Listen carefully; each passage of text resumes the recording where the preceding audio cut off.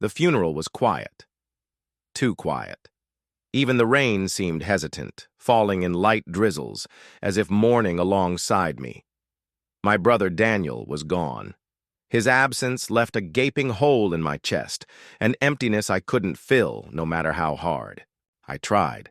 Standing beside me was my wife, Emily, her face set in a mask of sorrow. But something about it felt off, like she was performing grief rather than feeling it. At the time, I was too shattered to care. My brother was dead, and that pain drowned out everything else. Days turned into weeks, and I buried myself in my loss, drinking too much, sleeping too little. Emily grew distant, cold.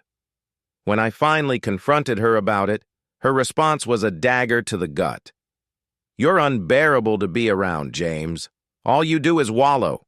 Maybe if you weren't so lost in your own misery, you'd have seen that I needed you too." I blinked at her, stunned. She needed me? I had just lost my brother, my best friend. And somehow she was making this about herself? But then the real blow came. "I made a mistake," she admitted, voice shaking, eyes darting away. A mistake. That word. That damn word. A polite way of saying she had betrayed me. "Who?" I asked, my voice low, eerily calm. Silence. "Who, Emily?" She finally looked at me, guilt flickering in her eyes.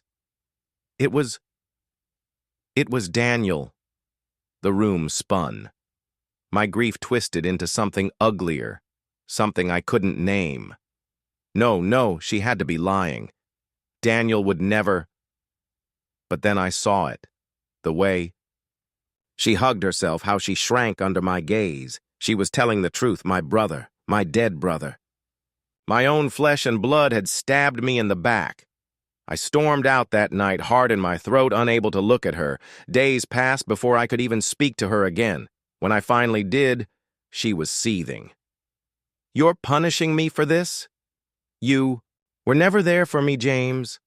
I was lonely. What did you expect?" That was when I knew Emily wasn't sorry. She didn't regret what she did. She only regretted that I found out. So I left. I walked out of our home, our marriage, and our life together. I vanished into the world, carrying nothing but the weight of betrayal and the ghost of my brother's memory. Years later, I built a new life, a better one. The past became a distant echo, something I refused to revisit. Until one evening, a letter arrived at my doorstep. No return address, just my name scrawled in familiar handwriting.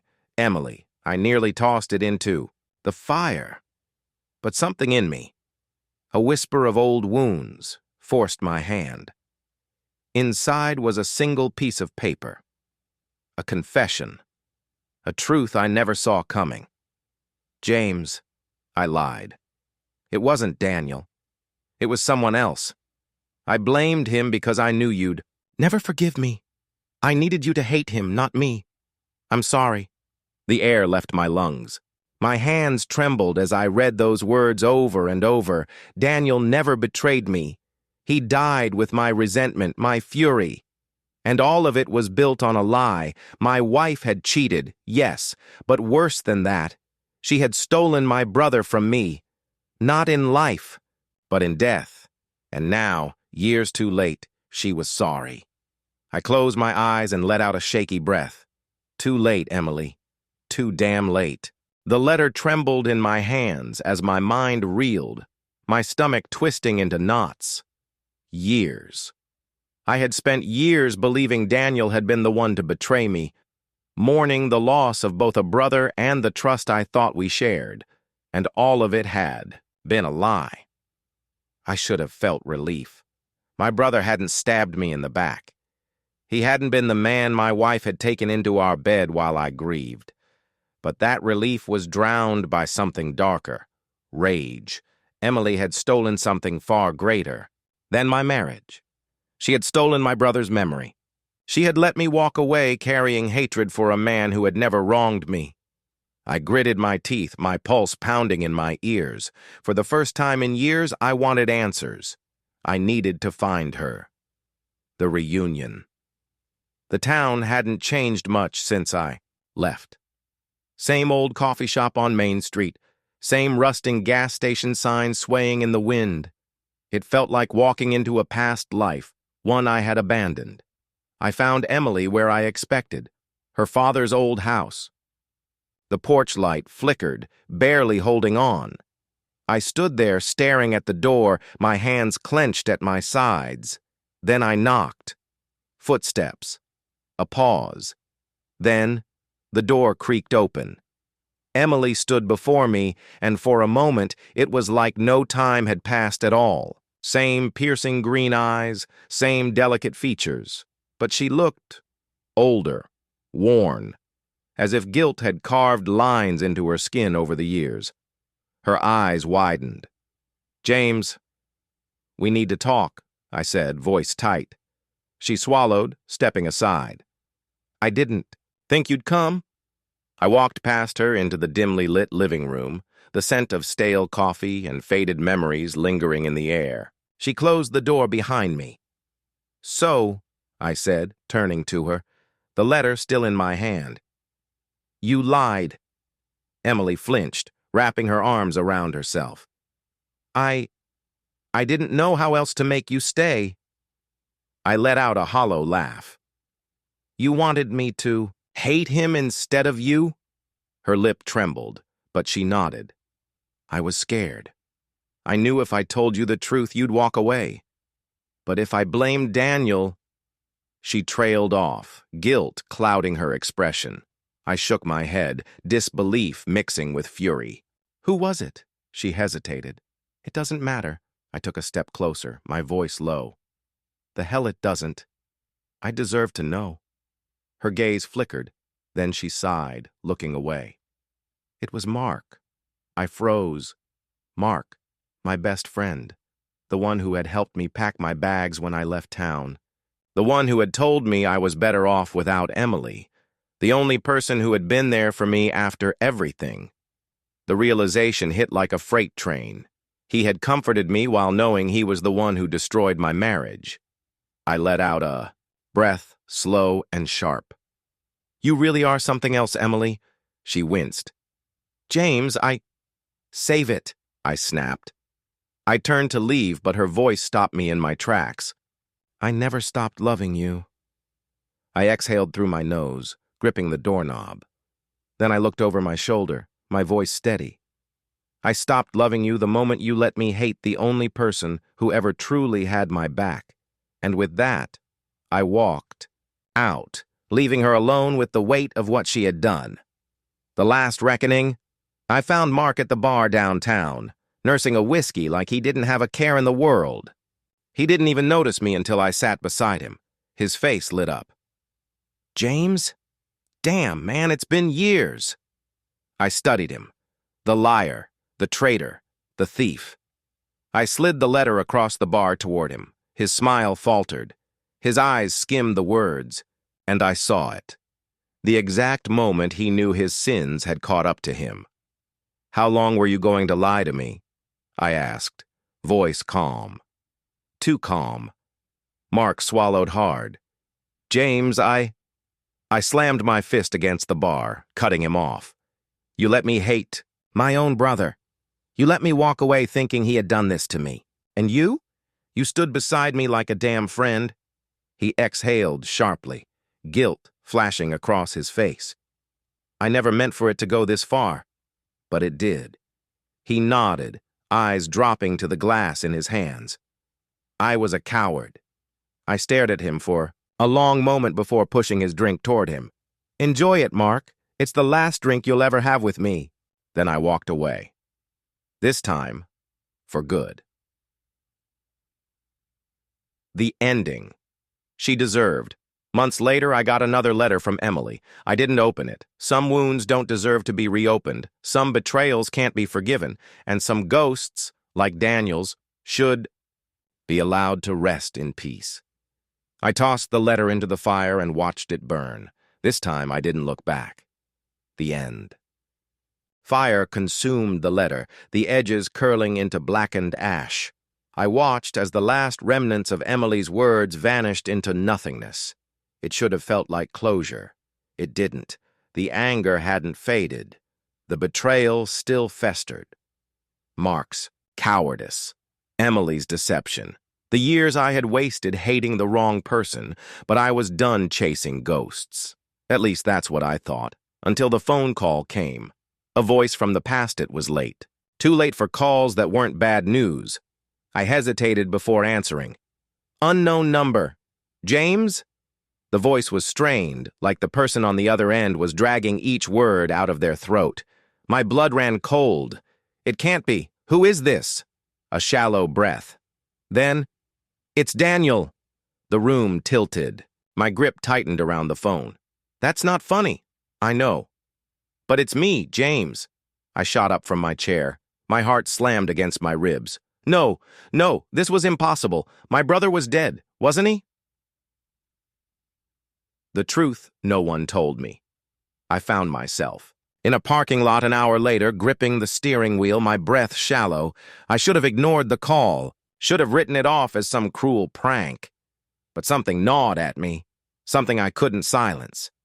I stepped out into the cold night air. The streetlights flickered, casting shadows that stretched too far. Then I saw him. At first, I thought my mind was playing tricks on me, that my grief had finally rotted into hallucinations. But he stepped forward, into the light. Daniel. He looked older, leaner.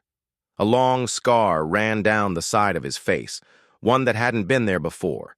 His eyes, those same dark, knowing eyes, searched. Mine. I thought you were dead, I whispered. He exhaled, shaking his head. I should be. I wanted to run. I wanted to demand answers, to shake him, to scream that he had let me believe he was gone for all these years.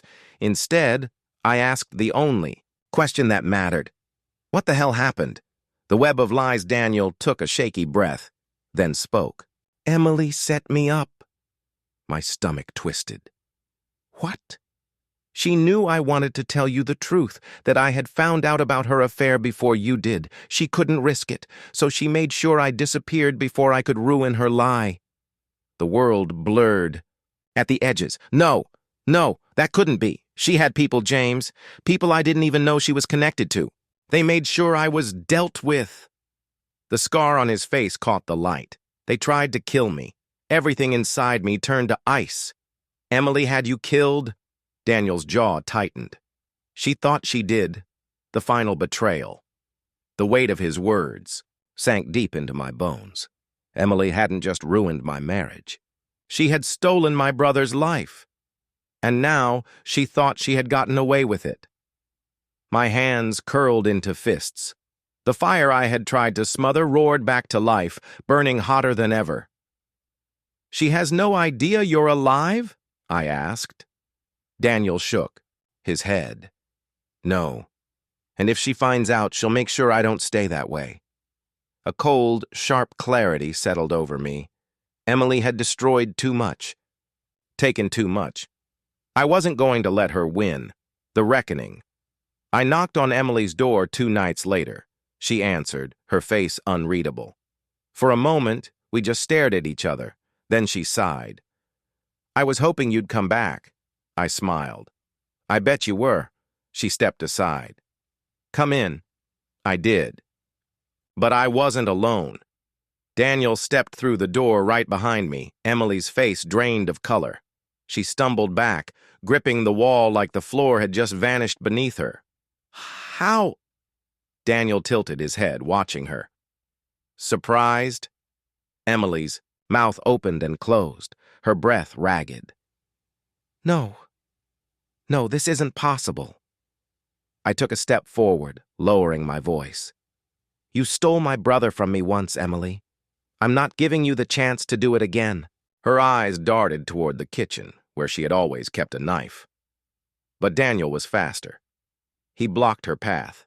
She stilled, her breaths sharp and shallow. What do you want? She whispered. I leaned in close. The truth, Emily. Every damn piece of it. Her lips parted, but she didn't speak. Not yet, but she would, because this time she had no way out. Emily's breath came in short, uneven gasps. Her eyes darted between Daniel and me, searching for an escape, an angle, a way to talk herself out of this. But there wasn't one. Daniel was alive. Her greatest lie had unraveled before her very eyes. And now she had nowhere left to hide. She swallowed hard. James, you have to believe me. Shut up. I didn't yell. I didn't need to. My voice was cold, sharp, razor-edged with years of anger. Emily flinched, her nails digging into her palms. Daniel stepped closer. The way he looked at her sent a shiver down even my spine. He had every right to want revenge, and for a second, I thought he might take it right here, right now. Tell me everything, I demanded. Emily exhaled shakily. You already know most of it, she murmured. I cheated. I blamed Daniel. But when I realized he knew the truth, I panicked. So you tried to have him killed, I said flatly. She shook her head quickly. No, I just wanted him gone. Out of the picture. Daniel scoffed. So you hired some guys to scare me? He gestured to the scar on his face. Because they did a hell of a lot more than that. Emily squeezed her eyes shut. I didn't know what they'd do. Who were they? I interrupted. Her silence was enough of an answer. I stepped forward, closing the distance between us. Who, Emily? Her lips trembled. Mark. My stomach twisted. Mark set it up? I asked, my voice eerily calm. She nodded. I went to him for help. I told him Daniel knew too much and I was afraid he'd ruin everything. I thought Mark would just convince him to leave town. But I swear, James, you didn't think they'd try to kill him? I finished for her. She nodded desperately, but I wasn't buying it. You wanted him dead, Daniel said, voice razor sharp. You knew what you were doing when you went to Mark. Emily's eyes brimmed with tears. But I had seen this before. Her manipulation. Her ability to twist herself into the victim. I wasn't falling for it again. Where's Mark now? I asked. Emily hesitated. Don't lie to me again. She let out a shaky breath. He still lives in town, but he doesn't know Daniel's alive, James. If you go after him, I cut in, laughing bitterly. You think I'm letting him get away with this? Emily reached for my arm, but I pulled back. Her touch was poison now. James, please, she whispered. Just let this go. I stared at her. Let it go? Let it go? She had destroyed my marriage, stolen my brother from me, turned my best friend into my enemy. And now, she thought I could walk away? No, this wasn't over. Mark's going to pay for what he did, I said, my voice deadly calm. And this time, I wasn't walking away. The hunter becomes the hunted Mark still lived in the same apartment above the old auto shop. The kind of place where the walls were stained with nicotine and the carpets had seen too many years of regret. I didn't knock. I kicked the door in. Mark was halfway through taking a sip of beer when the door crashed open. He barely had time to react before I grabbed him by the collar and slammed him against the wall. His bottle hit the floor, shattering. James, what the hell? He choked out. I pulled him forward, then slammed him back again. You tried to have my brother killed. Mark's eyes darted around wildly like a cornered rat. I don't know what you're talking about. Daniel stepped in behind me. Mark went pale. His mouth opened, but no words came out. Daniel smiled coldly. Surprised to see me? Mark struggled in my grip. Listen, I was just doing what Emily asked. I cut him off by slamming my fist into his gut. He doubled over, gasping for air. I trusted you, I muttered, my voice shaking with rage. He coughed, trying to straighten. It was just business, James. Business, Daniel repeated, his voice eerily quiet. Mark's lips parted, as if realizing he had said the wrong thing. Daniel grabbed the nearest chair and swung it. The wood splintered against Mark's ribs, sending him crashing to the floor. He groaned in pain, curling in on himself. Daniel crouched beside him. I spent years in the dark because of you, because of Emily, and you think this was just business? Mark whimpered. Blood trickled from his nose. I knelt beside him, grabbing his face, forcing him to look at me. You're going to tell me everything? He let out a weak chuckle, spitting blood onto the floor. Or what? I leaned in, my voice barely a whisper. Or I make sure you disappear, just like you tried to do to my brother. Something in my eyes must have convinced him. His breath hitched, and he nodded frantically. Okay, I'll talk. Daniel and I stepped back as Mark pulled himself upright, wincing. Emily paid me to get rid of Daniel, he admitted, wiping his mouth. But it wasn't just me. There was someone else. A chill ran down my spine. Who? Mark hesitated. I grabbed the broken chair leg and raised it. Who, Mark? He swallowed, hard. Her father. The air in the room turned suffocating. Mark's words sat in the air like a loaded gun. You don't even know the half of it. I didn't move. Neither did Daniel. The tension in the room was suffocating, pressing in on all sides like walls closing in. Mark wiped blood from his split lip, watching us carefully. He knew he had the upper hand now, at least in knowledge. But I wasn't about to let him feel comfortable. I grabbed the broken chair leg and pressed it against his chest. Then start talking, I growled. He let out a weak chuckle. You think I'm scared of you, James? Daniel took a step forward. You should be scared of me. Mark swallowed hard. He knew what Daniel had been through because of him, and I could see the fear flicker across his face. All right, he muttered, raising a hand. Emily's father, Richard. He's not who you think he is. I frowned. Richard? The man had always been mild-mannered, quiet, a little too businesslike. Maybe, but harmless. Mark scoffed when he saw my expression. You really don't get it, do you? Then make me get it, I snapped. Mark exhaled sharply, then leaned back against the wall. Emily's affair? That was the smallest part of the story. She didn't just cheat on you because she was bored, James. She was covering something up, keeping you distracted, because her father had bigger problems. I narrowed my eyes. What kind of problems? Mark hesitated. Then finally, money laundering, fraud, maybe worse. You were getting too close to figuring it out. The deeper conspiracy, Daniel and I exchanged a glance. You're saying Richard was involved in crime? I asked carefully. Mark nodded. Not just involved. He was running the whole damn operation. Emily was just a pawn. Something cold settled in my stomach. Emily. A pawn? No. That woman was too calculating, too dangerous to be just a piece in someone else's game. You're lying, I said. Mark smirked. Am I? Think about it, James. The sudden business trips, the offshore accounts you never questioned. Hell, even the way he treated you, like you were just some idiot who married his daughter. He never wanted you in the family. Not really. You were a risk. My jaw clenched. Mark continued, his voice dropping lower. You weren't supposed to find out about Emily's affair. But when you did, it became useful. A distraction. While you were grieving and drowning in betrayal, Richard was busy cleaning up his mess. I took a shaky breath. And Daniel?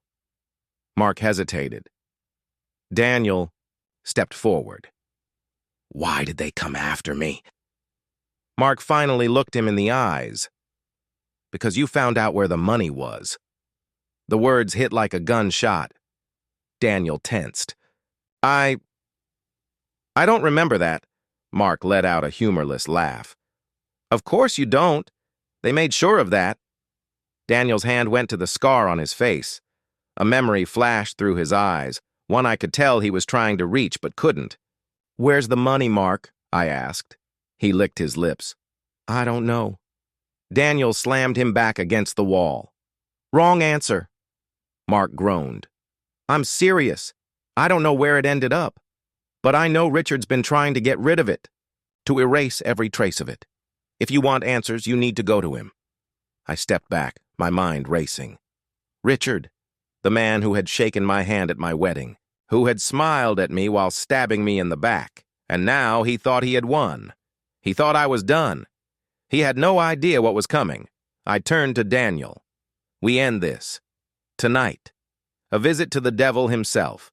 Richard's mansion loomed in front of us, bathed in the cold glow of security lights. Daniel adjusted the gun tucked into his jacket. You sure about this? He murmured. I wasn't, but I nodded anyway. We walked up to the door. I didn't knock. I kicked it open. Richard was inside, sitting in his study, sipping whiskey like he had no worries in the world. His eyes flicked up as we entered. Ah, he murmured. I was wondering when you'd come knocking. Not a hint of surprise, not a flicker of fear, just cold, calculating amusement. I clenched my fists. You had my brother nearly killed. He took another slow sip of whiskey. Yes. Daniel stiffened beside me. Richard set the glass down. You were never supposed to figure it out, James, but you always were more stubborn than smart. I pulled out. The gun Mark had given me. Richard barely blinked. You're not going to shoot me. I cocked the gun. Give me one reason why not. His lips curled into a smirk. Because if you do, you'll never find the money. And trust me, you'll want to know where it is. Daniel stepped forward. Where is it? Richard leaned back. Oh, it's safe. But the real question is, who do you think it was meant for? Silence. He chuckled. You still don't see it, do you? Then his eyes locked onto mine. The money was never mine. A sick feeling curled in my gut. Then whose was it? I whispered. Richard's smirk deepened. Emily's. My grip on the gun tightened. You're lying. Am I? He leaned forward. Do you think she ever needed you, James? The moment Emily stepped inside, time slowed. She was breathtaking, the way she always had been, poised, sharp, dangerous. The gun in her hand wasn't shaking. Her eyes flicked between me and Daniel, but she didn't look surprised to see him alive. She had expected this. Put the gun down, Emily, I said carefully. She tilted her head, a smirk playing at her lips. Oh, James, you always were too sentimental. Beside me, Daniel tensed, his own gun half drawn. Richard, still lounging near his desk, let out a quiet chuckle. I told you she'd come, he murmured. Did you really think you were the only one playing the game? Emily ignored him. Her gaze locked onto mine, and for a second, just a second, I saw something flicker behind her eyes. Regret, amusement, or something worse? You lied to me, I said. For years, she sighed. I did. You destroyed me.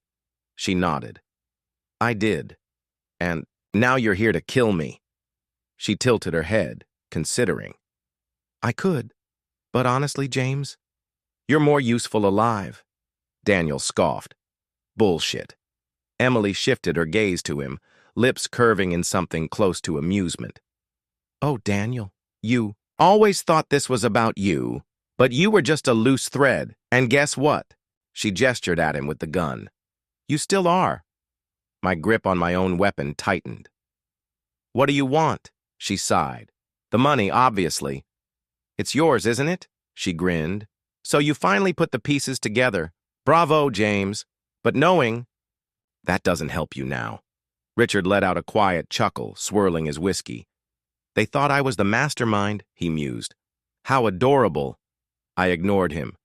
Where's the money, Emily? Her eyes darkened. That's my problem, isn't it? Daniel scoffed. You mean you lost it? Her jaw tightened. She had. That meant one thing. Emily wasn't in control anymore. I took a slow breath. Let me guess. You thought Mark had it, but he didn't. She didn't answer. So you came here to clean up the mess. Still, silence. And then she smiled. It doesn't matter who has the money, James. What matters is who makes it out of this room, and before I could react, she pulled the trigger. Bullets and blood. The shot rang out, deafening. I lunged left as the bullet whizzed past me, shattering a bookshelf behind me. Daniel fired back, twice. Emily ducked, rolling behind Richard's desk. Tsk, tisk, Richard murmured, still seated, still amused. So much violence. I dove behind the overturned couch, heart hammering. Emily, stop! Why would I? She called. Back. This was always going to end this way. Daniel fired again. Wood splintered as the desk took the hit. Emily popped up, returning fire. I heard Richard curse as a bullet grazed his shoulder. He wasn't smiling anymore. You stupid girl! He snarled. You were supposed to handle this quietly. Emily didn't answer. Because Daniel was already moving. He tackled her. The gun flew from her hand, skidding across the floor. They struggled, rolling, fists flying. Emily was vicious. She clawed at his face, grabbed at his throat. But Daniel had rage on his side. I scrambled forward, grabbing the gun. I turned just as Daniel got the upper hand, pinning Emily down. It's over, I panted. She looked up at me, breathing hard. And then, she laughed. You think this is over? Something about her tone sent a chill down my spine. And then, in one fluid motion, she pulled a knife from her boot and drove it straight into Daniel's side. Daniel! I lunged forward as he gasped, falling back. Blood seeped through his shirt. Emily scrambled to her feet, breathing hard, eyes wild. She turned toward me. Emily, don't! But she was already reaching for another weapon, and so I did the only thing I could. I shot her once, twice. She stumbled, blinking. A small, confused breath left her lips, and then she crumpled. For the first time in years, Emily was silent. The aftermath. The room smelled like blood and gunpowder. Daniel groaned, clutching his side. I dropped beside him, pressing my hand over the wound. You're not dying on me, I muttered. He smirked weakly. You sure? Feels like I might. Richard, still alive, groaned from the corner, pressing a hand to his bleeding shoulder. Idiots, he muttered. All of you. I ignored him. Outside, sirens wailed. Someone had heard the shots. Daniel exhaled shakily. So, is it finally over? I looked at Emily's motionless body, and for the first time, I wasn't sure. Because somewhere out there, the money was still missing. And Emily, she had never been the kind of woman without a backup plan. The end? Or just the beginning? The sirens grew louder. Daniel groaned, gripping his side, blood seeping through his fingers. I pressed harder to slow the bleeding. Stay with me, man. His breathing was shallow, but he nodded. Just don't let me die like this, all right? I wasn't going to. Richard, slumped in the corner, still clutched his shoulder wound. His smugness had drained away, replaced by something colder. He was calculating, planning. He knew what the cops would see when they walked in, a room full of bodies, me holding the gun, and Richard had always been good at twisting the truth. James! I turned to Daniel. His voice was weak. His eyes flicked to Emily's body. What? She was smiling. I froze. I followed his gaze to where Emily lay. Her face was pale, her lips slightly parted. Blood pooled beneath her, staining the hard wood floor. And Daniel was right. Even in death, Emily was smiling. A slow, creeping dread coiled in my stomach. She knew something we didn't. And then, bezz, a vibration. Faint, but unmistakable. Emily's phone. I scrambled forward, yanking it from her coat pocket. A single notification lit up the cracked screen. Transfer complete. My breath caught. No. The money. She'd moved it. Somewhere. Richard chuckled weakly. You never did understand her, did you? I turned to him, gun raised. Where did she send it? He grinned despite the pain. Why don't you ask her yourself? Then his eyes flicked past me to Emily's body. The realization hit too late.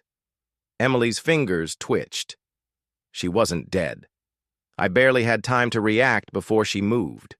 With the last of her strength, she grabbed the knife buried in Daniel's side and ripped it free. Daniel screamed. Blood gushed. I didn't think. I pulled the trigger. The gunshot echoed through the room. This time, she didn't get up. Her body fell limp. The smile finally faded, and Emily Montrose, the woman who had spent years weaving lies, playing games, and controlling every piece on the board, was gone.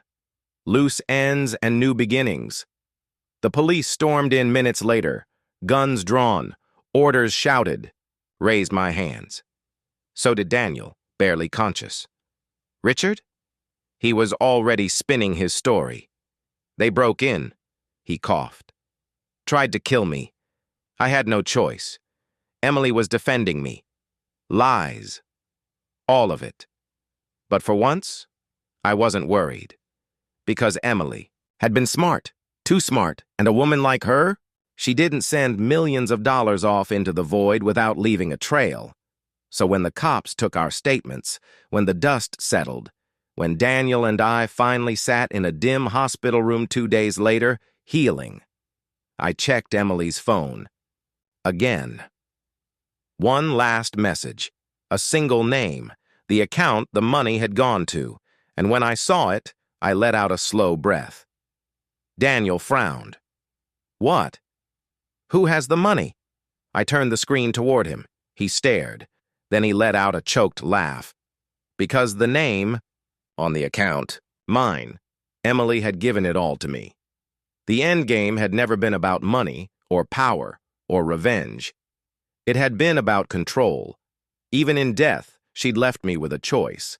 Take the money, disappear, and start over, or burn it all. Erase every last piece of her twisted legacy. I exhaled. Then, without hesitation, I deleted the account. The money was gone. Forever. Emily Montrose had played her final move, and for the first time in years, I was free. The end. 3 months later, I stood at a quiet grave, staring down at a headstone that bore no real meaning to me, Emily Montrose, the woman who had nearly ruined me, the woman who had, in the end, left me with everything and nothing. The wind was cold, the kind that carried whispers, secrets. I wasn't sure why I had come. Maybe for closure. Maybe to be sure she was really gone, or maybe because some part of me still didn't believe it was over. Behind me, Daniel leaned against my car, hands in his jacket pockets. He had healed well, physically at least. The scar on his side was a reminder of everything we had survived. But the scar Emily had left in both of us, that would take longer to fade. You expecting her to crawl out of the dirt? Daniel muttered. I exhaled sharply. Wouldn't be the strangest thing she's done, he chuckled. But neither of us moved. Because we both knew the truth. Emily Montrose was dead. But her game? It wasn't over. Unfinished business. A week after her death, Richard had vanished. No arrests. No trial. One moment he was recovering in a hospital bed, the next, gone. The official story? He had left the country. The truth? Someone had helped him, and as much as I wanted to believe Emily's death had ended her web of lies, I knew better. There was always another move, another player waiting in the shadows, which was why, even as I stood there, staring at the grave of the woman who had betrayed me, I knew someone else was watching. I didn't turn around, didn't react. I just spoke, low, steady. You might as well come out. Silence. Then, the soft crunch of footsteps. A woman's voice, smooth, sharp, calculated. Took you long enough to notice. I finally turned, and standing there, hands in the pockets of an expensive black coat, was a stranger. No, not a stranger. A piece of Emily's past. Her sister, she smiled. Not cruel, not warm, just knowing. "James," she said, "we need to talk." My pulse ticked up. Daniel stiffened beside me. "About what?" I asked. Her lips curled. "About finishing what Emily started, to be continued, or is it?" The woman watched me with the same calculating expression Emily used to have, like she already knew the next 10 moves I would make. I didn't like that. "Who are you?" I asked, my voice steady. She tilted her head, amused. "You already know, don't you?" Daniel muttered under his breath. Jesus. "There's more of them." I ignored him. "Emily never mentioned a sister." She smiled. "Of course she didn't, but she mentioned you." I felt something cold slither through me. "And what exactly did she say?" She took a step closer, her coat shifting in the wind. "That you were the only one she ever regretted lying to?" I clenched my jaw. "Lying? Or betraying?" She smirked. "Is there a difference?" Daniel let out a humorless laugh. "If you're here to reminisce about your dead sister, do it somewhere else. We're done playing games." She turned to him, still smiling. "Oh, you think the game is over?" I exhaled slowly. "Then tell me, what is this really about?" Her eyes gleamed. Emily wasn't the one pulling the strings. The bigger picture Daniel went rigid beside me. "Bullshit," he said. "Emily was the mastermind. She played everyone." "No," her sister said calmly. "She was just another player." I swallowed, my mind racing. "Who's really behind this, then?" She tucked a strand of dark hair behind her ear. "Someone very patient. Someone very powerful." She pulled a folded piece of paper from her pocket and handed it to me. I hesitated, then took it, unfolded it. 2 words, written in ink. "See you soon." No name, no signature, just a promise. Daniel read over my shoulder and cursed. "What the hell does that mean?" The woman smiled. "It means you've just inherited Emily's war. Final choice." I took a slow breath. For years I thought Emily had been the end of the road, the final betrayal, the last ghost I'd have to bury. But now, she was just the beginning. I could walk away, start fresh, pretend none of this ever happened. Or I could do what I always did, chase the truth no matter where it led. I crumpled the note in my fist, looked the woman dead in the eye. "Fine. Let's talk," she smiled. And just like that, the game began again. Daniel groaned beside me. "You've got to be kidding me." I didn't blame him. We had barely crawled out of Emily's mess. And now her sister was standing here, acting like the story wasn't over. Because it wasn't. "Start talking," I said, my voice sharp. She smiled, slow and knowing. "Let's take a walk." Daniel shot me a look. "Don't do this." I ignored him. Because if Emily wasn't the one pulling the strings, I needed to know who was. The name that shouldn't exist. We walked. Away from the graveyard, toward a sleek black car parked under a dying streetlight. She opened the door and reached inside, pulling out a folder. "This is what Emily died protecting." I took it, flipping it open, and then I stopped breathing. Because staring back at me was a name I hadn't heard in 10 years. Maddox Kane. Daniel. Cursed. No, absolutely not. I felt my grip tighten on the folder. "You're lying." She shook her head. "Emily worked for him, not the other way around." A chill ran through me. Maddox Kane was a ghost, a myth whispered in the darkest corners of the world. Crime, politics, finance. He controlled pieces of all of it. No photos, no records, no trail. If he was real, and if Emily had been involved with him, then we were already dead men walking. One last play. Daniel turned to me. "Tell me you're not seriously thinking about this."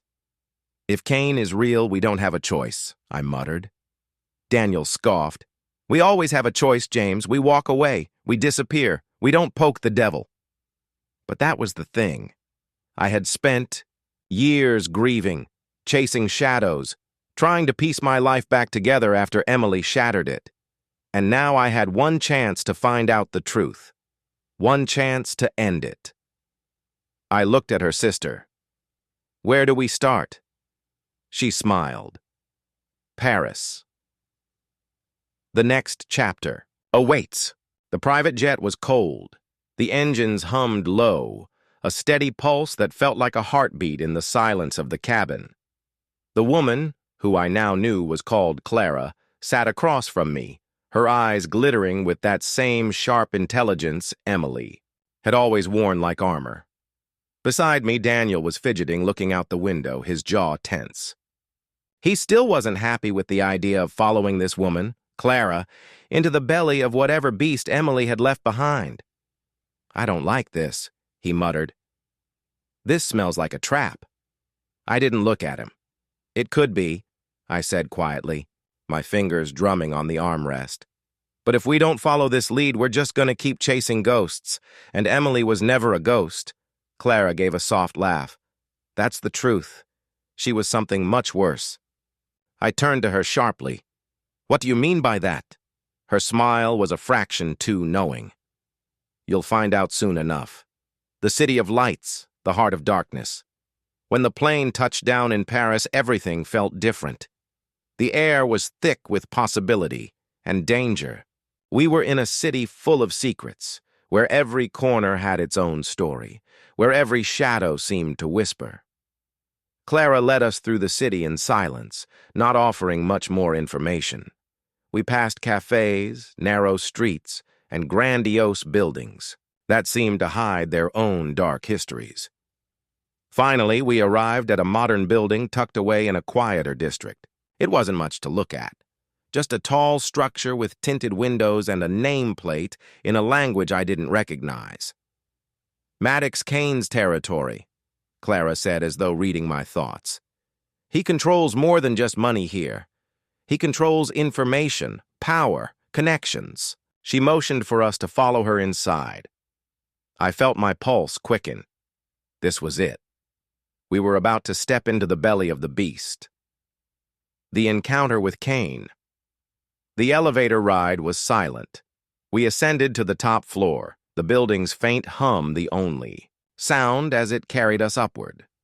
Finally, the doors opened with a soft chime, and we stepped out into a pristine lobby.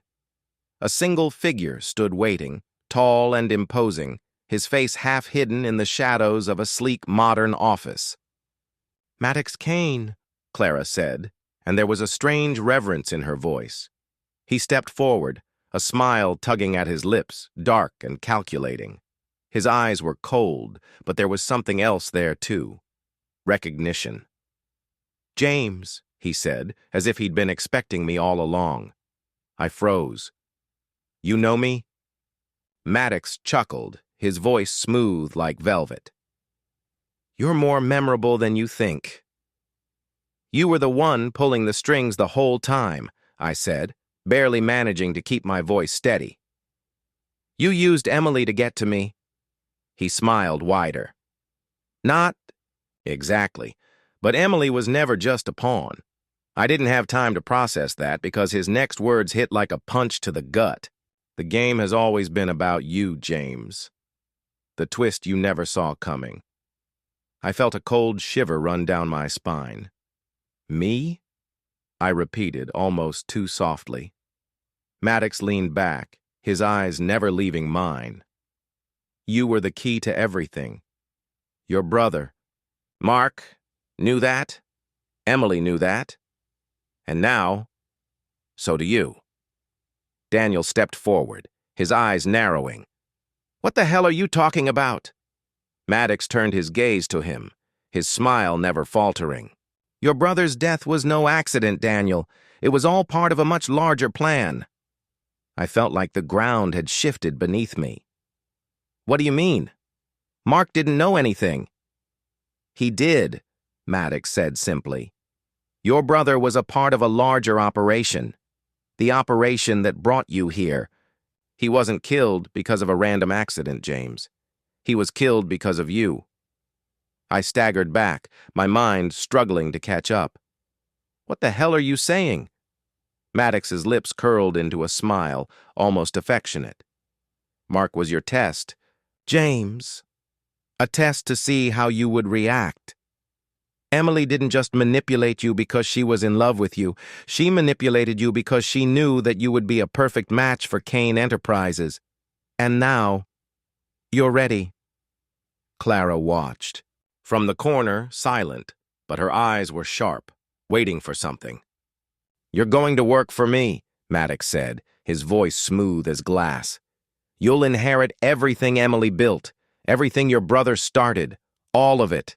You'll have control. You'll finally be the man you were meant to be. I shook my head, backing away. No. Think about it, Maddox pressed. The power, the influence. You've already been a part of this world without even knowing it. Why not accept what's yours? I looked at Daniel. He was just as lost, just as broken by the truth. No, I repeated more firmly. You're wrong. I'm not your puppet. And I'll never be. Maddox's eyes flickered with something close to annoyance. Very well. And just like that, the smile dropped from his face. But you'll find, James, that refusing me might be the last decision you ever make. A new game begins. The lights flickered. The air grew thick with tension. For the first time, the room grew colder. My pulse hammered in my ears. Maddox Kane's smile was a razor edge, sharp, merciless. You still don't get it, do you? Maddox's voice was smooth as honey, but it carried the weight of 1,000 unspoken threats. You think you're still free? You think you can walk away from all of this and live your own life, but there's no walking away from me, James. I clenched my fists. I'm not your puppet, Maddox. He didn't respond immediately. His eyes glinted with amusement, like he was watching a child flail and struggle, unaware of how hopeless the situation was. Then, slowly, he stepped forward, his presence overwhelming. You were born into this, James. Everything you've done, everything you've lived through, it was all orchestrated. I recoiled, the air thick with the tension of his words. You think I'm just some pawn in your game? Maddox's smile deepened. I don't think, James. I know. The trap that was always set. I felt it then. The weight of his words. Everything that had happened to me, the death of my brother, Emily's betrayal, the money, the manipulation, the violence, it was all part of a larger, darker plan. I wasn't the victim. I was the prize. You're wrong, I managed to say, even though doubt gnawed at my insides. Maddox's expression didn't change. It's already too late for you. The question isn't whether you can escape this. The question is how much you'll sacrifice to keep pretending you're not part of the system. I looked at Clara, standing quietly by the door, her face unreadable. She was part of this. She knew it all. Clara, I said, my voice low. What does he mean? What did Emily know that I didn't? Clara stepped forward, her eyes heavy with the burden of truth. Emily was never just playing games with you, James. She was working for him. She believed in his vision. His vision? Daniel spat, his voice full of disgust. You mean controlling everything? Clara nodded. Maddox's empire isn't just money. It's information. It's power. It's shaping the world from the shadows. He has connections everywhere. And Emily, she was meant to be his bridge to you. Maddox stepped back, watching me carefully. You were always the key, James. Mark's death wasn't just random. It was part of the plan. You were the final test, the one thing missing to make everything fall into place. The words hit me like a punch. Mark? He was part of this? Maddox's lips curled into a wicked grin. He was the catalyst. Without his death, you wouldn't be standing here. Without you, I wouldn't have my perfect little empire. The choice that will change. Everything. I stood frozen in the middle of the room. The walls felt like they were closing in. I wasn't just another player. I was the linchpin. Everything, every twist, every betrayal, every heartbreak, had led to this moment. I could feel the weight of the decision pressing against me, and Maddox knew it. He could see it in my eyes. He was daring me to make the wrong move. "You have two choices," he said, voice rich with amusement. "You can join me, take everything I've promised you, and finally step into the power you've been groomed for all along. Or you can walk away." I swallowed, the bitter taste of his words lingering in my mouth. "Walk away?" I asked, voice low. "And live the rest of my life knowing I never did anything to stop this? That I let you win?" Maddox's grin widened, his eyes glittering with an unsettling certainty. "There's no walking away, James. Not anymore. If you refuse me, I'll make sure you'll regret it for the rest of your life. And Daniel," he glanced at my friend, who was still standing stiffly by my side, eyes burning with hatred, "I'll make sure his life is even worse than yours." The words felt like ice in my veins. "You don't control me, Maddox," I growled, but the doubt in my voice betrayed me. I wasn't sure anymore if that was true. Clara stepped forward, her voice low, almost regretful. "The truth is, James, you're already in too deep. Fighting against him now will only drag you under faster. You can't win." I glanced at Daniel, who looked back at me, silently pleading. "Don't do this, James. Don't let him win." I took a deep breath, my mind spinning. "I can't be a part of this," I said, my voice firm. "I will find another way. I'll destroy everything you've built." Maddox's eyes narrowed. He stepped forward, the tension thick in the air.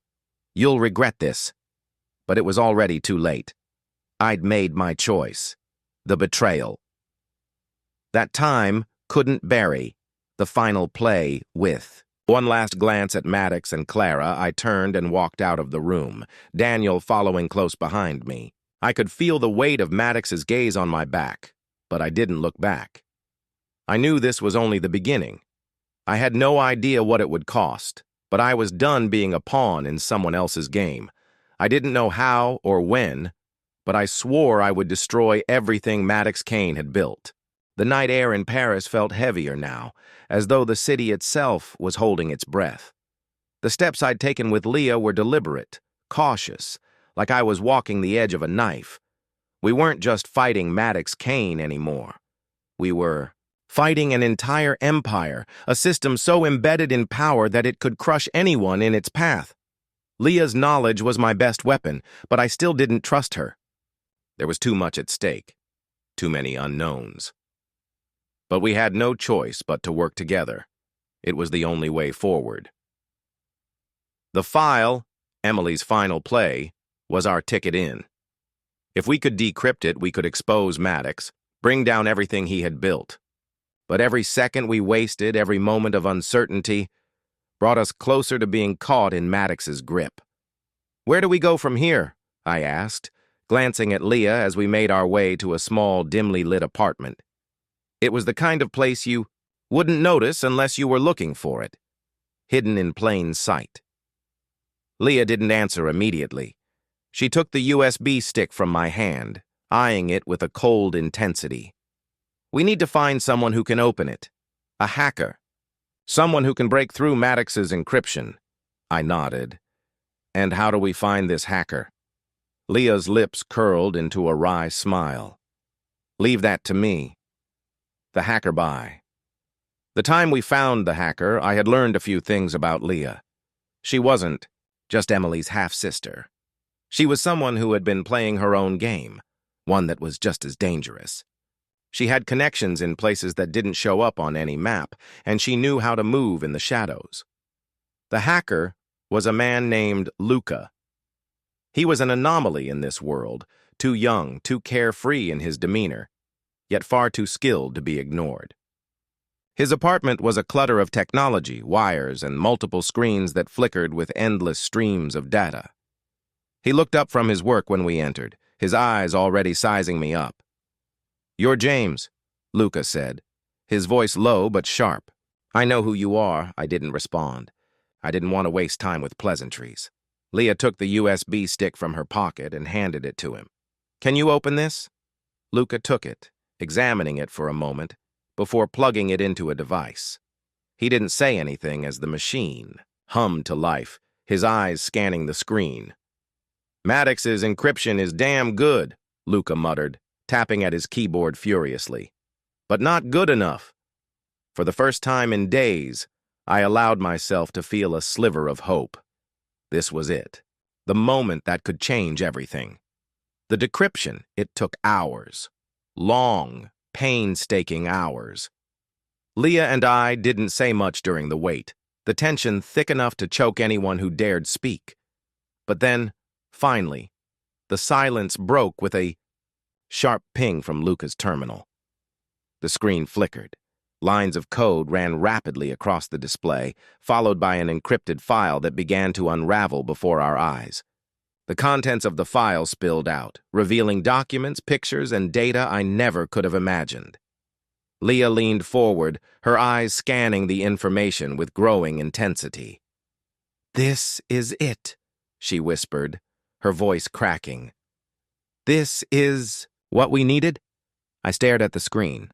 At first, it didn't make sense, but as Leah started pointing out specific files, everything began to fall into place. Maddox wasn't just a businessman, he was something much darker. He had ties to governments, criminal organizations, banks. He had orchestrated events that spanned continents. The file contained evidence of money laundering, arms deals, and political influence. But there was something even more shocking buried deep within it. A name. A person. Emily. "She knew," Leah whispered. "She knew Maddox was planning to betray her.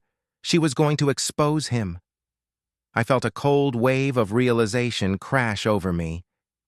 "And that's why she had to die." Leah nodded grimly. "She wasn't just a pawn. She was a threat. Maddox had no choice but to eliminate her before she could bring him down." The chase begins. The documents were everything we needed to ruin Maddox. But they weren't enough to take him down. Not yet. Not without evidence. Not without exposing everything he had done. "We need to go public," I said, my voice hard with determination. "We need to make sure the world knows who Maddox Kane really is." Leah didn't answer. She was already on the phone, her eyes scanning the documents as she typed frantically. "I know someone," she said quietly. "Someone who can help us. But it won't be easy. Maddox is going to come after us. He's already got people watching." I nodded. Let him come. The final betrayal, we were ready. Or at least I thought we were. The day we went public with everything, I felt the weight of the world on my shoulders. The data, the evidence, the files, we had it all. We were going to expose Maddox for the monster he truly was. But as the press releases went out, as the information flooded the media, something unexpected happened. A phone call. Maddox. The night air in Paris felt heavier now, as though the city itself was holding its breath. The steps I'd taken with Leah were deliberate, cautious, like I was walking the edge of a knife. We weren't just fighting Maddox Kane anymore. We were fighting an entire empire, a system so embedded in power that it could crush anyone in its path. Leah's knowledge was my best weapon, but I still didn't trust her. There was too much at stake, too many unknowns. But we had no choice but to work together. It was the only way forward. The file, Emily's final play, was our ticket in. If we could decrypt it, we could expose Maddox, bring down everything he had built. But every second we wasted, every moment of uncertainty, brought us closer to being caught in Maddox's grip. "Where do we go from here?" I asked, glancing at Leah as we made our way to a small, dimly lit apartment. It was the kind of place you Wouldn't notice unless you were looking for it. Hidden in plain sight. Leah didn't answer immediately. She took the USB stick from my hand, eyeing it with a cold intensity. We need to find someone who can open it. A hacker. Someone who can break through Maddox's encryption. I nodded. And how do we find this hacker? Leah's lips curled into a wry smile. Leave that to me. The hacker by. The time we found the hacker, I had learned a few things about Leah. She wasn't just Emily's half-sister. She was someone who had been playing her own game, one that was just as dangerous. She had connections in places that didn't show up on any map, and she knew how to move in the shadows. The hacker was a man named Luca. He was an anomaly in this world, too young, too carefree in his demeanor, yet far too skilled to be ignored. His apartment was a clutter of technology, wires, and multiple screens that flickered with endless streams of data. He looked up from his work when we entered, his eyes already sizing me up. "You're James," Luca said, his voice low but sharp. "I know who you are," I didn't respond. I didn't want to waste time with pleasantries. Leah took the USB stick from her pocket and handed it to him. "Can you open this?" Luca took it, examining it for a moment, before plugging it into a device. He didn't say anything as the machine hummed to life, his eyes scanning the screen. "Maddox's encryption is damn good," Luca muttered, tapping at his keyboard furiously. "But not good enough." For the first time in days, I allowed myself to feel a sliver of hope. This was it, the moment that could change everything. The decryption, it took hours. Long, painstaking hours. Leah and I didn't say much during the wait, the tension thick enough to choke anyone who dared speak. But then, finally, the silence broke with a sharp ping from Luca's terminal. The screen flickered. Lines of code ran rapidly across the display, followed by an encrypted file that began to unravel before our eyes. The contents of the file spilled out, revealing documents, pictures, and data I never could have imagined. Leah leaned forward, her eyes scanning the information with growing intensity. "This is it," she whispered, her voice cracking. "This is what we needed?" I stared at the screen. At first, it didn't make sense, but as Leah started pointing out specific files, everything began to fall into place. Maddox wasn't just a businessman, he was something much darker. He had ties to governments, criminal organizations, banks. He had orchestrated events that spanned continents. The file contained evidence of money laundering, arms deals, and political influence. But there was something even more shocking buried deep within it. A name. A person. Emily. She knew, Leah whispered. She knew Maddox was planning to betray her. She was going to expose him. I felt a cold wave of realization crash over me. And that's why she had to die. Leah nodded grimly. She wasn't just a pawn. She was a threat. Maddox had no choice but to eliminate her before she could bring him down. The chase begins. The documents were everything we needed to ruin Maddox. But they weren't enough to take him down. Not yet. Not without evidence. Not without exposing everything he had done. "We need to go public," I said, my voice hard with determination. "We need to make sure the world knows who Maddox Kane really is." Leah didn't answer. She was already on the phone, her eyes scanning the documents as she typed frantically. "I know someone," she said quietly. "Someone who can help us. But it won't be easy. Maddox is going to come after us. He's already got people watching." I nodded. Let him come. The final betrayal, we were ready. Or at least I thought we were. The day we went public with everything, I felt the weight of the world on my shoulders. The data, the evidence, the files, we had it all. We were going to expose Maddox for the monster he truly was. But as the press releases went out, as the information flooded the media, something unexpected happened. A phone call. Maddox. I dragged myself through the shattered doorway and into a labyrinth of Parisian back alleys. Every step was heavy with the weight of betrayal. Leah's cold shot, Daniel's agonized cry, Maddox's echoing threat. The night swallowed me whole. As I pressed forward, the adrenaline in my veins a bitter reminder that escape was only temporary. Down a narrow, rain-soaked lane, I paused behind a dumpster. I fumbled for my phone, checking Daniel's blood-stained text messages. "James, get out. I'll follow. Trust no one." His voice, raw and determined, urged me to move faster.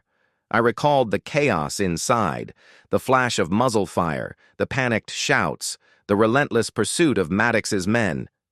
The war was far from over, and I knew every second counted. In the distance, the low wail of sirens mingled with the murmur of the city. I pulled my collar up against the damp cold, heart pounding as I reviewed the decrypted file in my mind. It wasn't just evidence of Maddox's monstrous empire, it was a blueprint. Hidden within those documents was the key to dismantling his network piece by piece. Emily's final play was now my ammunition. A shadow moved across the rain-slick pavement. A familiar figure emerging from the gloom. It was Daniel, limping but resolute, his eyes burning with pain and determination. "James," he rasped, voice strained, "we have to move, they're closing in." Without a word, I nodded. Our silent pact was forged in that moment. We would regroup, plan, and strike back with everything we had. We slipped into an abandoned metro station, the echoes of our footsteps the only sound in that forgotten underworld. Huddled in a corner, I revisited the decrypted files on a battered laptop we'd scavenged from a trash heap. The images, the ledgers, and the correspondence all pointed to a hidden facility, a nerve center of Maddox's operations, where the true power of his empire pulsed in the darkness. A new resolve hardened within me. "This is where we end it," I murmured. Daniel's eyes met mine, fierce despite his pain. "Then let's finish what Emily started. Let's tear this monster down, brick by brick." Outside, the storm raged, relentless and unforgiving. I could feel Maddox Kane's influence like a suffocating presence, and yet I no longer trembled before it. Every betrayal, every lie had led me to this crossroads. Now, with the truth in my hands and vengeance fueling my every step, I was ready to ignite a revolution that would shatter the chains of corruption. I took one last look at the decrypted file. The map to the hidden facility glowed on the screen, its coordinates a promise of the final showdown. With a deep breath, I closed the laptop. "We move at dawn," I said, my voice steadier than I felt. Daniel nodded in silent agreement, and, together, in the murky safety of that underground refuge, we began to plot our next move against the empire that had stolen everything from us. The road ahead was treacherous, littered with danger and deceit. But for the first time in years, I wasn't running from my past. I was chasing my future. And this time, I would be the one in control. To be continued. Will James and Daniel infiltrate Maddox Kane's stronghold and dismantle his empire from within? The night is dark and every secret hides in its shadows. Dawn crept over Paris with a hesitant light, painting the deserted streets in muted grays and blues. The rain from the night had left the cobblestones slick and reflective, as if the city itself were mourning the violence that had unfolded in its shadows. In the silence of the early morning, Daniel and I slipped out of our underground refuge and merged with the waking city. "Stay sharp," I murmured, checking the decrypted map on my phone. The file had pinpointed a nondescript building on the outskirts, a facade concealing the nerve center of Maddox Kane's operations. Every step toward that facility was weighted with the knowledge that we were treading on enemy ground. Daniel's voice was barely above a whisper as we crept down a narrow alley. "James, the perimeter's tighter than I expected. Cameras on every corner, and there's at least one guard near that service door." I squinted through the dim light, noting The angular shapes of security cameras perched like unblinking sentinels. According to the file, there's a blind spot at the rear, a maintenance door tucked behind some dumpsters. That's our entry. We advanced carefully, shadows merging with the darkness. Near the dumpsters, I spotted the small door Leah's instructions had mentioned. My heart pounded as I knelt beside it, pressing my ear against the cold metal. Faint voices from inside confirmed the presence of a lone guard on routine patrol. Daniel crouched beside me. We need to neutralize him without alerting the rest. With practiced precision, born of too many close calls, I edged toward the door. In one swift motion, I caught the guard by surprise, pinning him silently against the wall. I muffled his startled cry with a cloth soaked in a knockout agent we'd scavenged earlier. Daniel swept the unconscious man into the shadows, leaving no trace behind. Inside, the corridor was dimly lit by flickering fluorescent lights. Every footstep echoed ominously as we moved along narrow hallways, lined with secured doors and humming electronics. The decrypted file had guided us here. We had to reach the server room on the facility's lower level, where Maddox's entire empire of secrets was stored. A few tense minutes later, we arrived at a heavy metal door marked Security. Authorized personnel only. My pulse quickened. This is it, I whispered, recalling every betrayal that had led me here. Daniel scanned the area. I've got a hunch. There might be an access panel on the side. Sure enough, tucked away in a corner was a small keypad with faded numbers. I produced a note from the decrypted file. My fingers trembled as I keyed in the sequence. The lock clicked open with a reluctant whir, granting us entry. Inside the server room, banks of computers and blinking servers created an eerie chorus of electronic hums. I set the USB stick on a console, watching as data scrolled rapidly across the screen. This was the evidence we needed, the damning secrets of Maddox Kane hidden in digital darkness. Suddenly, a muted clatter from the corridor jolted us both. I snapped my head toward the sound as Daniel grabbed my arm. "We're not alone!" he hissed. Heart pounding, I quickly disconnected the drive onto a portable backup device. We had mere seconds before someone discovered our intrusion. I pressed my back against the cool server rack as Daniel peered out through a narrow vent. A pair of silhouettes emerged, 2 guards, their footsteps measured and deliberate.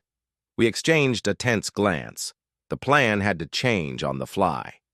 Daniel whispered, "We hold them off long enough to get this data out. Then we make a run for it." I nodded, swallowing the lump in my throat. The weight of every betrayal, every loss, fueled my resolve. Stepping out from our hiding place, I confronted the intruders with a steely glare. The ensuing moments blurred into a chaotic dance of suppressed shouts, muffled exchanges, and the rapid crack of suppressed gunfire. We managed to subdue one guard silently. The other was disoriented by a well-aimed flashbang device Daniel had rigged earlier. With the data secured and alarms yet to be triggered, we retraced our steps. Every nerve screamed that Maddox Kane's empire was closing in, but we couldn't stop now. The evidence in our possession was a promise that we would expose the darkness behind Maddox's empire and, in doing so, reclaim our lives from the shadows. As we slipped back into the labyrinth of Parisian alleys, the first rays of dawn broke fully over the horizon. The city was awakening, unaware of the war brewing beneath its surface. In that fleeting moment of clarity, I vowed that this infiltration was not just an act of desperation. It was the beginning of our reckoning. Behind us, the facility loomed as a silent monolith of secrets.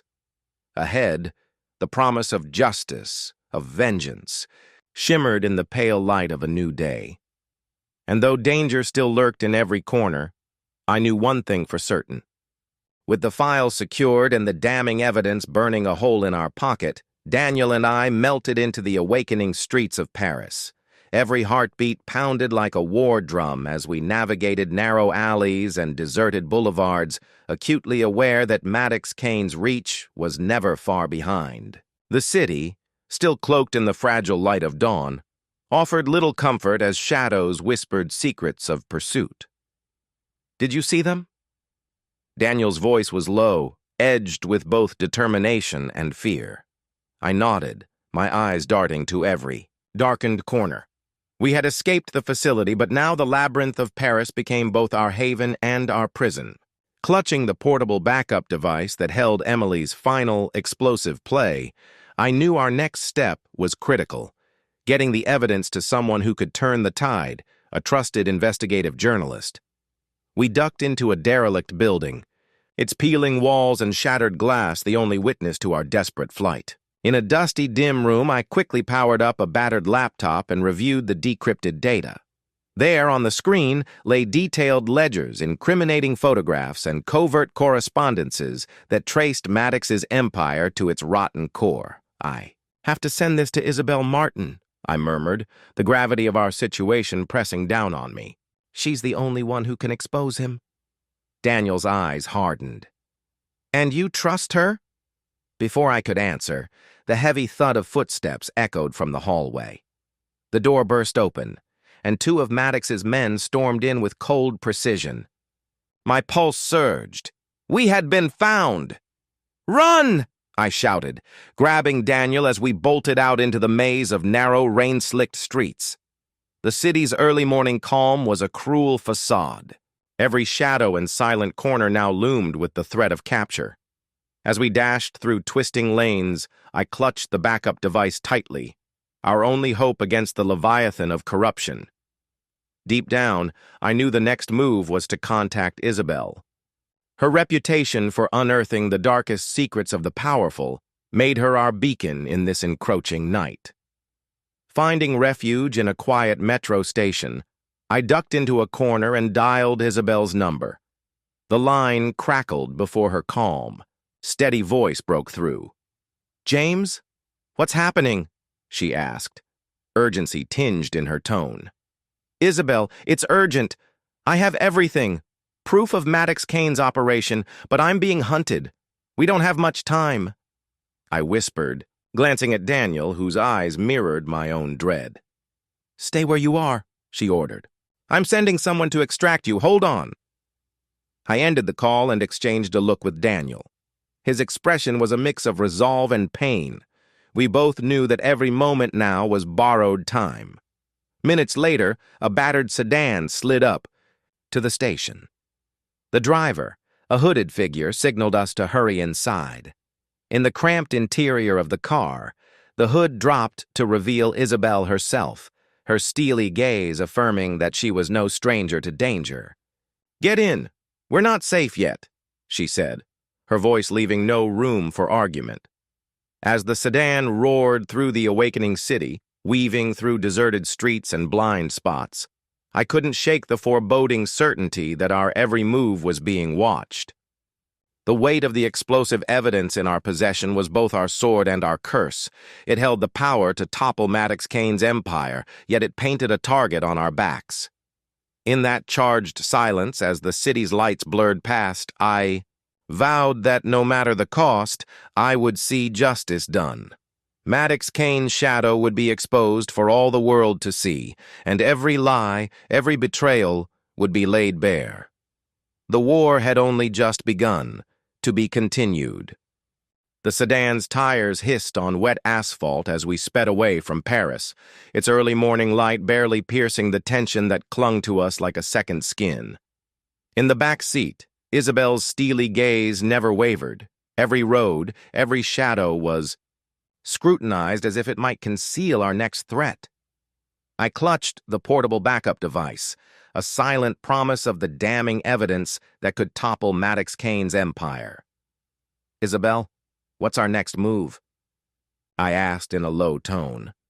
She didn't answer immediately. Instead, she scanned the horizon through the rain-spattered windshield before replying, "There's a safe house about 20 minutes out.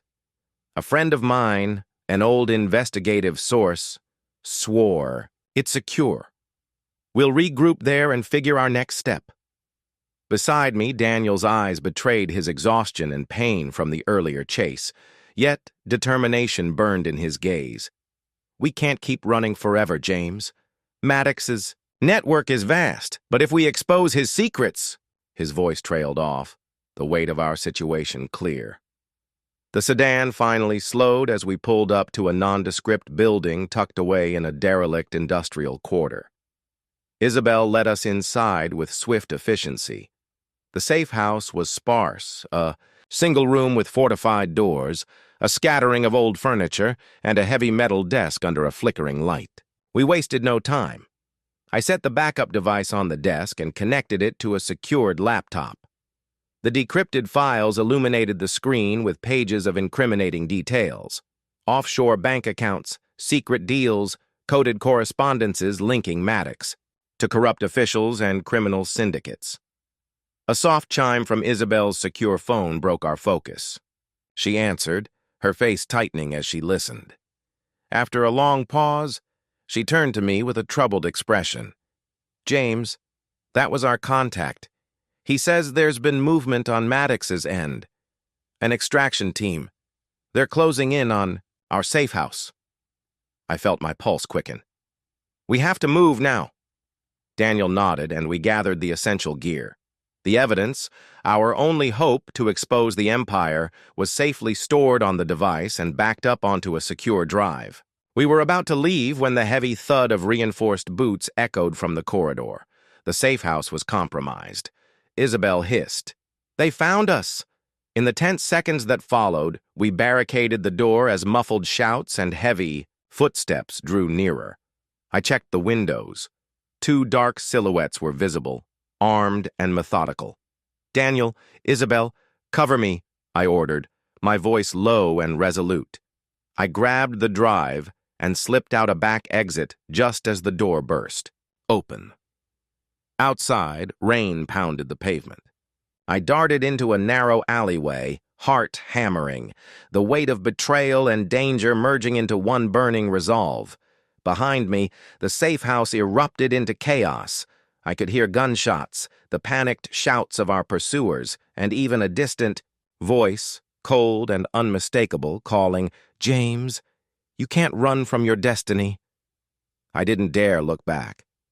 Now, alone in the downpour, and with the evidence clutched tight in my pocket, I had a choice: hide in the darkness until I could regroup, or take the fight directly to Maddox Kane. Every betrayal, the shattered trust of Emily, the double cross by Leah, the ruthless pursuit by Maddox's henchmen, had led me to this crossroads as thunder rumbled overhead. I pulled out my phone and dialed a number I hoped I'd never need to call again. The line rang, then a familiar, measured voice answered. "James, this is Victor. I heard what happened. I can meet you, but it won't be safe. Maddox's reach is long, and they're closing in fast." I took a deep breath, gazing at the rain-soaked streets and the distant glow of city lights. Destiny was a treacherous path, and tonight I was about to step onto it fully. "Victor, I'm ready," I said. "Tell me where to go." In that moment, I realized the final reckoning wasn't just about exposing a corrupt empire. It was about reclaiming my life from a web of lies and betrayal that had defined every moment of my past. And as the storm raged around me, I knew one thing for certain.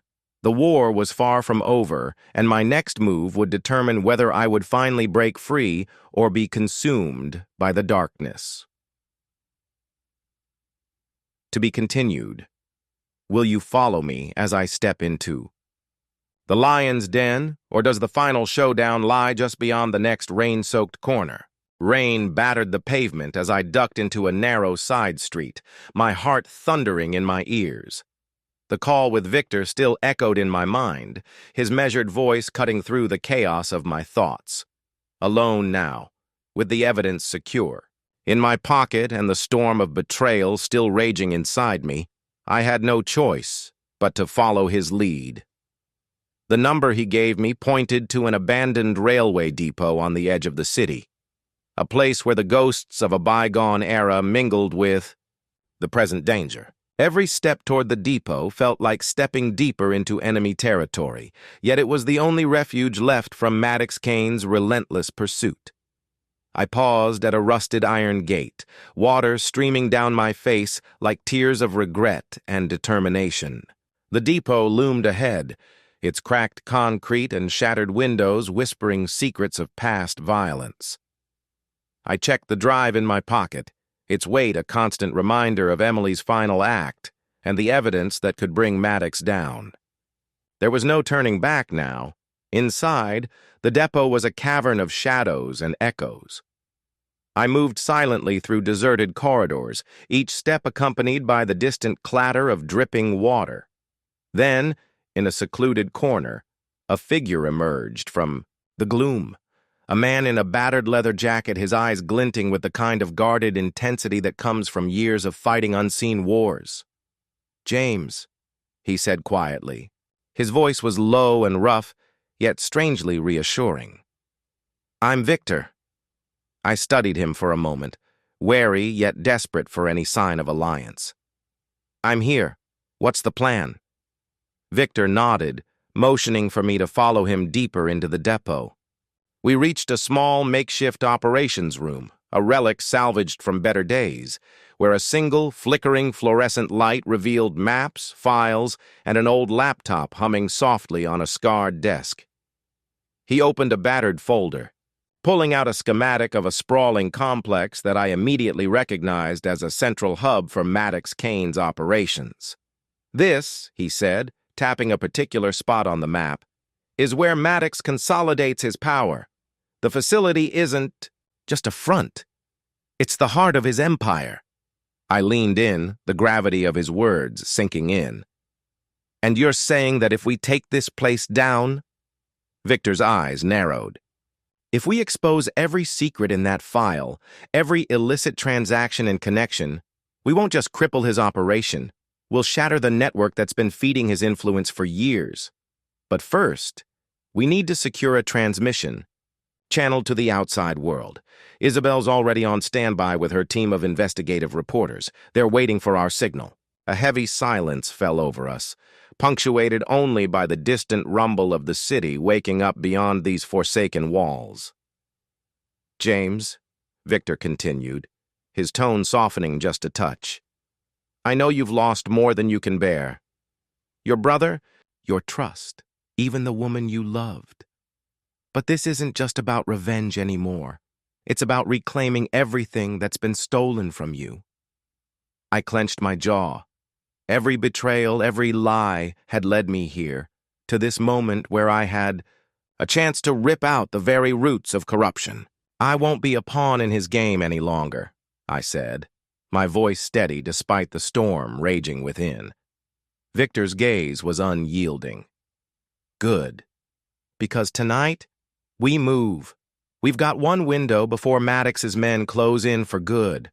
I'll help you set up a secure feed from this location. Once the evidence is live, the world will see him for what he truly is, a monster hiding behind a mask of legitimacy." A sudden metallic clang echoed from somewhere beyond the walls, a harsh reminder that time was not on our side. I glanced at the clock on the wall. We had minutes before the inevitable storm of enemy reinforcements would breach our refuge. "James, listen," Victor said urgently. "I've already rerouted a signal through an old communications tower nearby. When you're ready, upload the files. Once the broadcast goes out, every incriminating detail, from offshore accounts to coded messages, will be in the public domain. It's our final play." I took a deep breath and set the evidence. Drive on the laptop's keyboard. My fingers hovered over the keys, each one a promise to every wrong that had been done. I could almost feel the eyes of those I'd lost, my brother Emily, watching me. Their silent judgment steeled my resolve. Then, from outside, the sound of approaching footsteps and muffled voices grew louder. Victor leaned in, his voice barely above a whisper. "They're here. We need to move fast." I initiated the upload. The progress bar crept forward slowly at first, then with surging determination, until it filled completely. In that charged moment, the depot's silence was shattered by the piercing sound of alarms. Our upload had triggered a security breach on Maddox's side. A fierce pounding erupted at the depot's heavy door. "James, now!" Victor barked. The roar of the metro car's wheels on the tracks was a harsh lullaby against the distant echoes of chaos. I sat pressed against a grimy window, rain still streaming down the glass as the neon glow of Paris bled into the early morning. In my pocket, the evidence, Emily's final play, pulsed like a loaded secret, now out in the world for all to see. Every beat of my heart reverberated with the weight of betrayal. In the depot, the flash of muzzle fire, the shouts of Maddox's men, and the cold echo of Victor's command had merged into a single moment. The day the truth was unleashed. The incriminating files were now live, splashed across news feeds and headlines. Maddox Kane's empire, built on layers of deceit and unspoken terror, was beginning to crumble under the unforgiving light of exposure. I remembered the sound of a distant voice over a speaker as I escaped, a sneer laced with menace. "You think you can defy me, James? This is only the beginning." It had been a promise and a threat, all at once. Now, as I sat in the crowded metro car, I could feel that threat lingering like a dark shadow over every face around me. But there was also a new energy, a rising chorus of outrage. Screens in shop windows and on smartphones everywhere blazed with images of Maddox's dirty dealings. Protesters had taken to the streets, law enforcement scrambled to connect the dots. The world was awakening to the truth. In a quiet corner of the car, my phone buzzed. It was Isabel. Her message was curt, urgent. "Extraction point confirmed. Meet at Metro Station République. Stay low. We're not out of the woods yet." I felt a surge of determination mixed with anxiety. Isabel had always been the one who could hold the pieces of a shattered world together, and now, with her on our side, the fight had a chance. As the train slowed to a stop at République, I scanned the platform. There, near the far end, stood Daniel, his face bruised, but eyes blazing with resolve. Despite the pain from earlier, he offered me a nod that said, without words, "We're in this together." Stepping off the train, I merged with the throng of people rushing beneath flickering station lights. Every person seemed to carry their own burden of the night's terror, their expressions a mix of fear, anger, and hope. I clutched the evidence drive tighter, knowing that with every step the world was inching closer to a reckoning with Maddox Kane. Outside, the Parisian streets pulsed with the early stirrings of resistance. The news was relentless. Snippets of interviews with outraged citizens, footage of secret meetings, and live updates on the fallout from the depot's explosive breach. In the midst of it all, I could hear voices on social media and radio alike, all calling for justice. I found Isabel waiting beside a battered, unmarked van parked in a narrow alley. Her face was set in determined lines as she spoke quietly into a secure phone. "James, we've got confirmation. Our contacts say Maddox's extraction teams are mobilizing in the northern districts. This isn't just about a scandal anymore. It's a full-scale war on his empire." Her eyes met mine, hard and unwavering. "We have one chance to turn the tide. Victor's safe house is our next move. There, we regroup, analyze the fallout, and plan our final strike." In that moment, the enormity of what lay ahead pressed down on me. The uploaded evidence was a spark, one that was already setting off a chain reaction across the city, across nations. But Maddox Kane would not let his empire collapse without a fight. I knew that every ally we had would soon be tested in the crucible of conflict. Daniel's voice came from behind as he joined us, the sound of his labored breathing a testament to his injuries, but also to his unyielding spirit. I never thought I'd see the day when the truth would have such a price, he murmured, shaking his head. But we're not done yet. Isabel handed me a secure phone and an encrypted message. Instructions for our rendezvous at Victor's safe house, nestled in the industrial outskirts of the city, a place where we could plan without prying eyes. As I stepped into the cool, morning light, leaving behind the sanctuary of the metro, I felt a fierce mix of dread and determination. The battle for justice was now in full swing.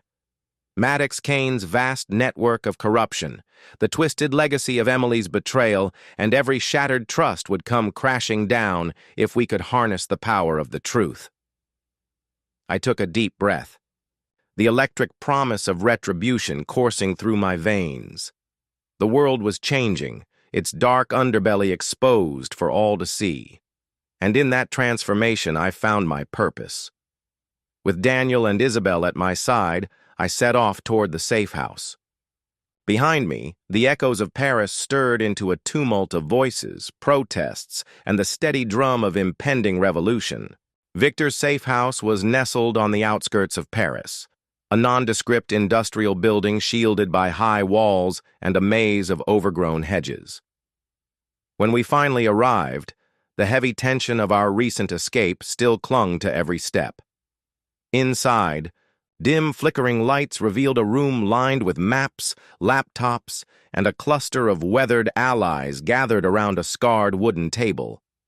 Isabel was already there, her eyes focused as she coordinated with a few trusted contacts via secure channels. Daniel, battered yet unbowed, slumped into a corner with a grimace of pain that didn't diminish his unwavering gaze.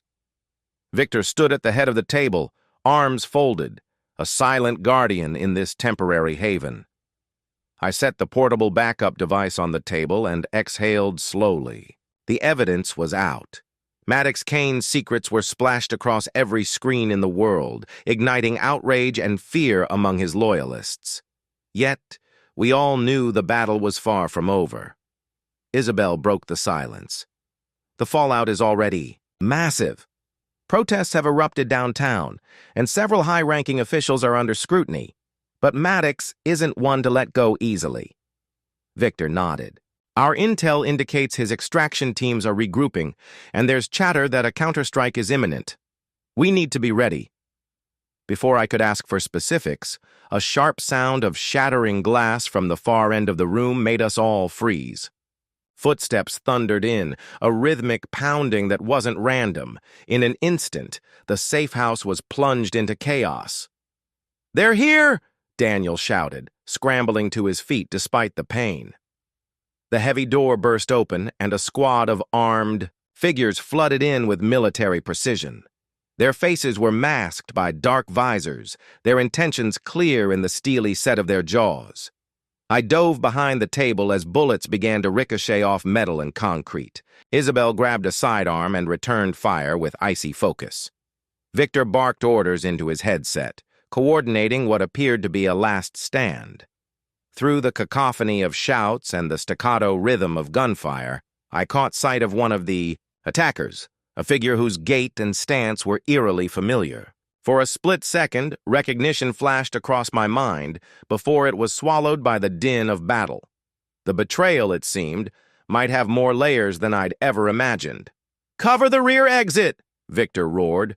"We need to extract now!" With adrenaline surging, I scrambled over overturned chairs and scattered equipment, pushing past fallen comrades to reach the narrow side door Victor had mentioned earlier. Daniel, clutching his injured side, stumbled after me. Isabel provided suppressing fire as we burst out into a rain-slicked alley, the tumult of the safe house echoing behind us. Outside, the stormy Paris morning had turned into a battlefield. Sirens wailed in the distance, and the streets were already becoming a chaotic theater of protest and counterattack. Every shadow seemed to hide another enemy, every corner a potential ambush. I ducked into another alley, pressing my back against a graffiti-covered wall, panting and assessing the situation. The betrayal that had set this war in motion was now a double-edged sword, exposing Maddox Kane's empire to the world while making us the hunted.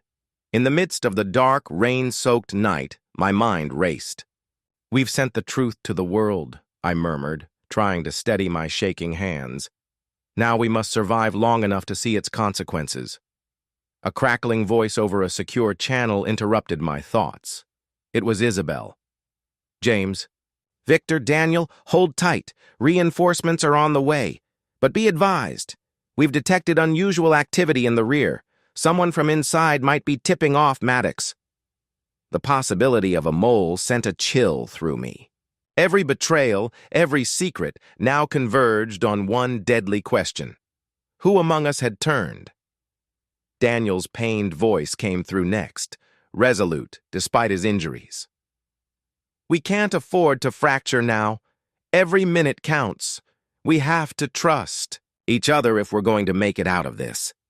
In that moment, as rain hammered the pavement and chaos reigned around us, I steeled myself for the next move. Our extraction was only the beginning.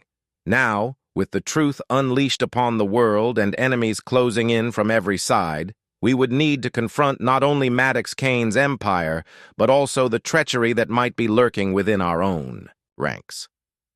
I adjusted the strap of my bag, which held the final pieces of evidence and a modest arsenal of our own. The war was now personal, and the final reckoning was imminent.